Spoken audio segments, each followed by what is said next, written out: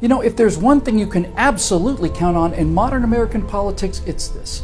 Every time a progressive Democrat invokes the Founding Fathers and American freedom, well, that will immediately be followed by a proposal that reduces American freedom and is an insult to the Founding Fathers.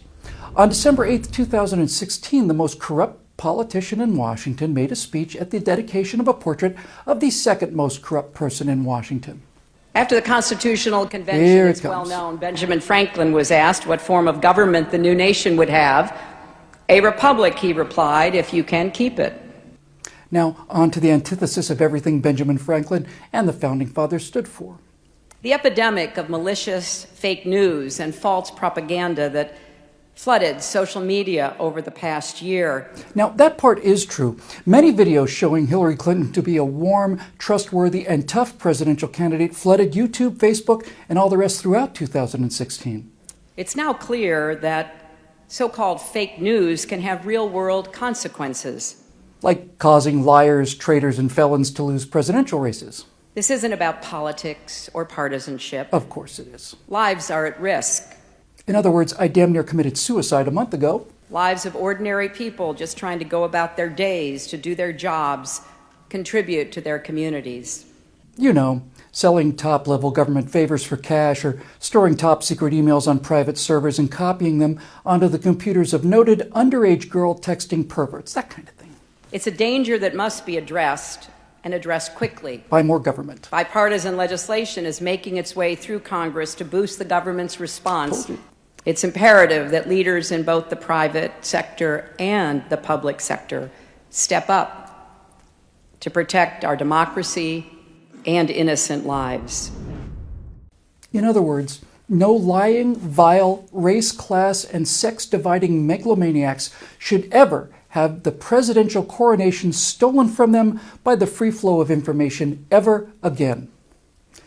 Now, one of the fake news stories that Hillary claims cost her the election was a completely made-up transcript widely shared in which she called the American people a bucket of losers. That fake news turned out to be absolutely false. She did not call the American people a bucket of losers. She called them a basket of deplorables. Now, you can see how this hideous fake news lie about calling them a bucket of losers likely cost her the election. Or maybe the Russians did it, or WikiLeaks.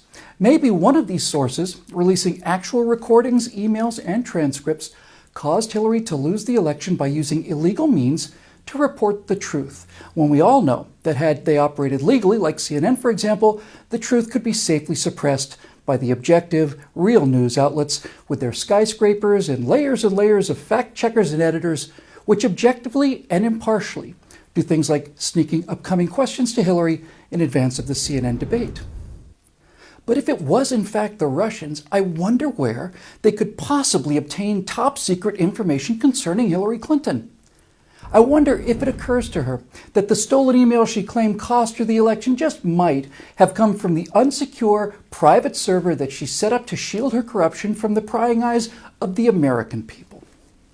Now, maybe all this noise about a few fake news stories is there to distract us from the real scandal, which is that all of the network news stories we saw during 2016 were fake news. Any time that Hillary was not confronted about her on-camera lies regarding her email server, well, that was a fake news story. Every time a reporter asked a question about her grandchild, instead of burrowing into the pit of corruption that is the Clinton Foundation, well, that was a fake news story too.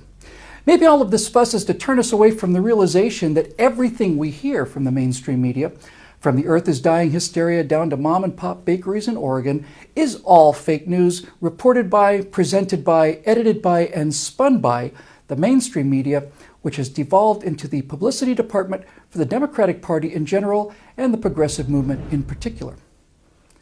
Or maybe this is all a way to get conservative news sources to shut up. White House correspondents for the New York Times, Washington Post, and other highly credible fake news outlets are mortified that Donald Trump would bypass the terminally corrupt and dying industry that gave him a 30-point electoral headwind and tweet policy directly to the American people. White House correspondents say it's the end of democracy. I say it's the end of White House correspondence.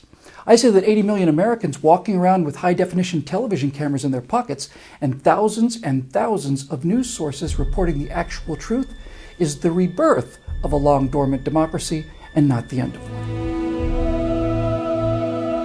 We need your help to keep these messages coming. If you want to help us make a difference, please go to billwhittle.com and become a member.